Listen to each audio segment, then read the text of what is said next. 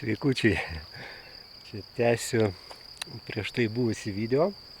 Tai va, čia yra aikštelė Fandans, mūsų kurortinio miestelio. Fandans tai yra labai daug fontanų. Fandans senovinis fontanas, Fandans fontanai. Tai vienas bėga geriamas vanduo visur nemokamai. Čia yra šuniukas. Žiūrėkit, kaip metutė gaivinasi. Ir noriu čia greit, bet trumpai parodysiu viršūnėlę. Čia Gunsermitak špicė, ją galima per pusę dienos užlipti. Galima netgi su dviračiu, kur baigėsi sniegas, iki tos vietos davažiuoti, ten palikti. Ir tik pačią viršutinę dalį, kur yra dvi via ferratos. Dvi tai tikrai, gal ir daugiau. Ten yra įvairių maršrutėlių, yra pradedantiems tokia smagi, kur be saugos, be virvės atsargiai galima užlipti. Čia yra Hochjochas viršūnė, kur yra ilgiausia slidinėjimo trasa šitam kurorte, ir taip pat yra ten ilgiausia via ferrata, Karleternštaik vadinasi. Ten toliau pirmas baltas, tai yra Silbertalio galas ir Lopšpicė irgi galima užlipti. Tokie dalykėliai pas mus čia matosi. Ir jau vasara, viskas vasara kvepia labai, labai, nors dar nėra karšta, dar buvo tik tai balandžio pirmą savaitgalį, kai dėjo 30, o po to 2 savaitės šaltis snigo ir nušalo. Taip, ir kokias aš tada trumpai papasakosiu dar apie pramogas, kokias pas mus čia yra. Tai mūsų Golmo kurortėlis, ten yra, biškiu stoja, gerai, žalia eina Ketera, tai ten yra kilometro aukštis, yra elektrinė stovi ir žemyn yra rogučių trasa, vasarinių rogučių, tokių, kur šonuose dvirankenos stabdyti ir su jom smagiai prasilėkti. Metu einam. Viršui, tada Sevas, aukščiau nuo kilometro, nuo tos vietos pakilus iki 1,5 kilometro yra tokių vamzdžių, kaip akvaparke, bet metaliniai tokie, atsisėdi ir čiuoži jais, ten 60 metrų ilgio tokie, 6 vamzdžiai yra. O viršutinė dalis yra ten vaikams pritaikyta, ten visokių vandens, pramogų, tokių kaip visokiais būdais ten mechaniniais užpumpuojamas tas vanduo į tokius griovelius, paskui ten juos bėgti, kad suktus ratukai ir panašiai.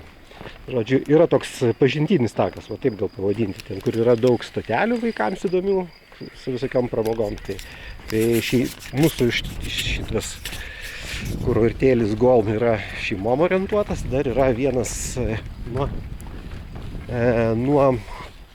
per elektrinę, ten kur kilometrų aukštėje, ten yra dirbtiniai tokie ežeriukai, yra ziplainas, toks trosas viršui kabantis ir su juos apraišais pasikabinus nuo vieno kalno viršūnės žemyn nuvažiuoja, praskrendi virš vandens aukštai pakibęs. Ir ten dar yra virvinių atrakcionų parkas. Tai kiek viską yra. Taip pat yra laipiojimo sienelė, tokia uola, kažkur gal 25, man atrodo, metrų aukščio, yra viršui via ferrata tokia lengvai įrengta vaikams, kurie nei kartų nelipę, būtų labai gerai pasitreniruoti. Mano vyresnis sūnus, atrodo, gal kokių 5 ar 6 metų mes su juo pirmą kartą užsidėję apraišus, ten treniravomės ir lipo jis pirmą. Tai tokių pas mus pramogų yra. O taip yra prie kiekvienas slidinėjimo kurortas, pas mus 5 slėniai yra, ir viršui dar yra Silvereta serpantinas į viršų, kelias mokamas, kur yra ten didžiuliai ežerai ir ten jau tikrieji kalnai su ledynais. Ir pas mus yra dar jų tai 3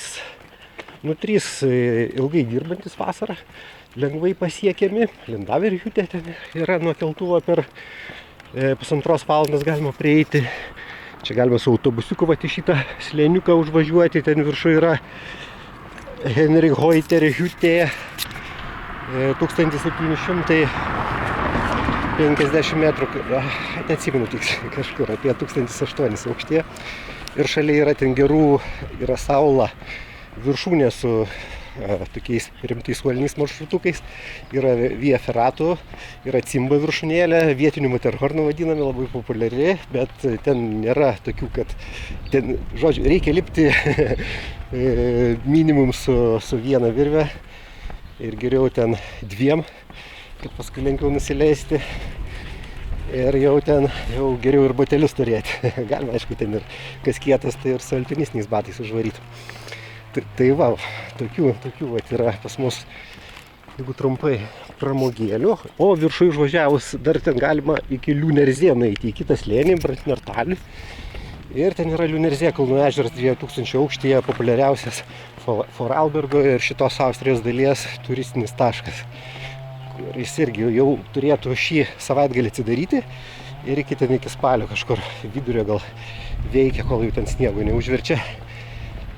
Ir kas nebuvo, tai smagu, tik tai, kad būna ten labai daug žmonių, tai aišku, geriausia varyti, kai sezono pradžioje ir kokį nesavaitgalį.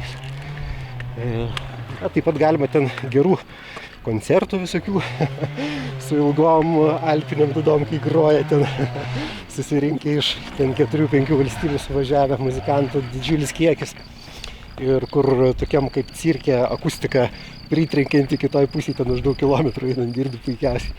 Tai va, o pas mus bus savaitė prieš Jonines, mes turėsim pas save atostogas. Ir bus kalnų viršūnės degs. Čia visi tradicija yra Montafone, nežinau ar kur dar yra. Eina žmonės, sustato tokias žvakes, surenka iš vašką, priminėja, žodžiu, kas nori gali paaukoti, kad surinktą vašką daro žvakės ir jas paskui kalnuose, vat, prieš savaitgalį, prieš Jonines, šeštadienį uždega, visi kalnai dega vakare, nusileidus saulei. Tai pažymas vasaros, čia tas vidudienis, vidurys, midsomeris. Tai va. Ir labai smagu tame tokiame reikale, aišku, sudalyvauti. Dar paskui Liepą rugpjūtį vyksta daug koncertų visokių. Šiaip kiekvienas miestelis turi po viešą baseiną, kur galima maudytis, ten kelis eurus ten sumokėję su vaikais. Bet aš tai nemėgstu ten tokių šviršalynų, skruzdėlynų, tai šiaip tada galima į kalnų upę nueiti. Aišku, ten gylio nėra kur plaukti, tik tai lediniam vandenį pamirkti ir pasideginti, ar pavėsį pasidėti, arba dar galima į kažkokį ežeriuką aukščiau, bet kad arti, labai arti būtų, reikėtų kokią valandą paeiti, tai yra tokių vietelių neblogų. Bet aš ten retai irgi kažkada per šalį keliaudamas įsimaudau. Tai tiek žinių, tiek žinių jums iš Montafono. Tai dėkoju tada už dėmesį ir dar priminsiu, kad rugpjūčio apie vidury, tai gal 2 savaitės jau yra visas namas užbukintas. Taip, žodžiu, jeigu kas norite atvaryti, tai kontaktuokit. O ką aš toliau turėsiu turbūt jau darbus tokius pagrindinius aplink namus baiginėju ir turėsiu daugiau laiko išvaryti kažkur į gamtą, gražias vietas parodyti ir papasakoti apie šį vytą. Tai čia buvo Rastis iš Montafų, Augištroškis elkis beprotiškai. Iki kitų kartų ir geros vasaros visiems.